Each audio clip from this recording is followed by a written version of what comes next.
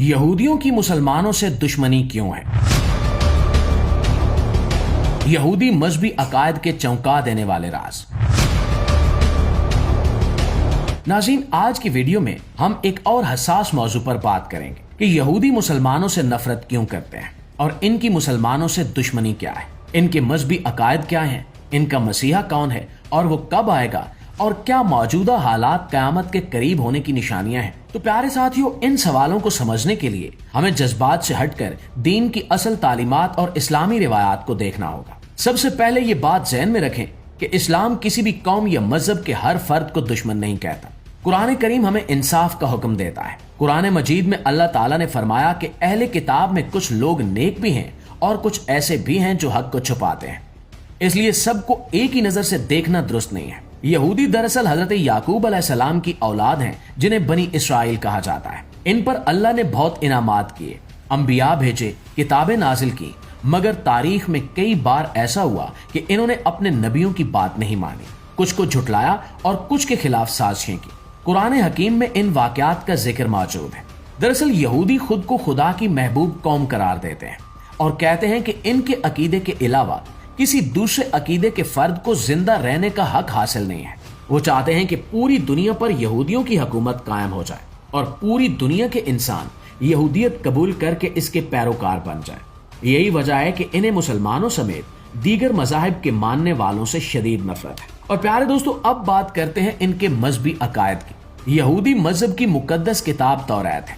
वो एक आने वाले निजात दहिंदा का अकीदा रखते हैं जिसे वो मसीह कहते हैं। इनके मुताबिक वो मसीहा आएगा, बनी इसराइल को ताकत देगा और दुनिया में इनकी हुकूमत कायम करेगा। मगर इस्लाम के मुताबिक हजरत ईसा अलैहिस्सलाम ही असल मसीह है, जिन्हें यहूदियों ने कबूल नहीं किया। वो समझते हैं कि असल मसीह अभी नहीं आया, इसलिए वो आज भी इसके मुंतज़िर है। इस्लामी रिवायात में एक और शख्सियत का जिक्र मिलता है जिसे दज्जाल कहा जाता है। दज्जाल का मतलब है बहुत बड़ा धोखा देने वाला।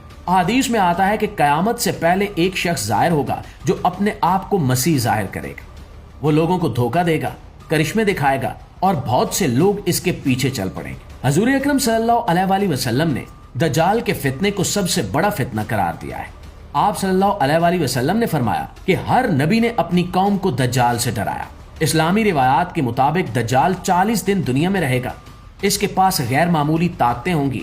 वो बारिश बरसा सकेगा, जमीन से पैदावार निकाल सकेगा, मगर ये सब अल्लाह की आजमाइश होगी। हदीस में ये भी आता है कि दज्जाल के खरूज के वक्त दुनिया में बेचैनी, जंगे, फितना और फसाद होगा। लोग दीन से दूर हो चुके होंगे, झूठ आम होगा और जुल्म बढ़ जाएगा। ऐसे हालात में बहुत से लोग दज्जाल को सच्चा समझ लेंगे, लेकिन आखिरकार हजरत ईसा अलैहिस्सलाम आसमान से नाजिल होंगे और दज्जाल को कत्ल करेंगे। इसके बाद एक ऐसा दौर आएगा जब जमीन पर अमन ही अमन होगा।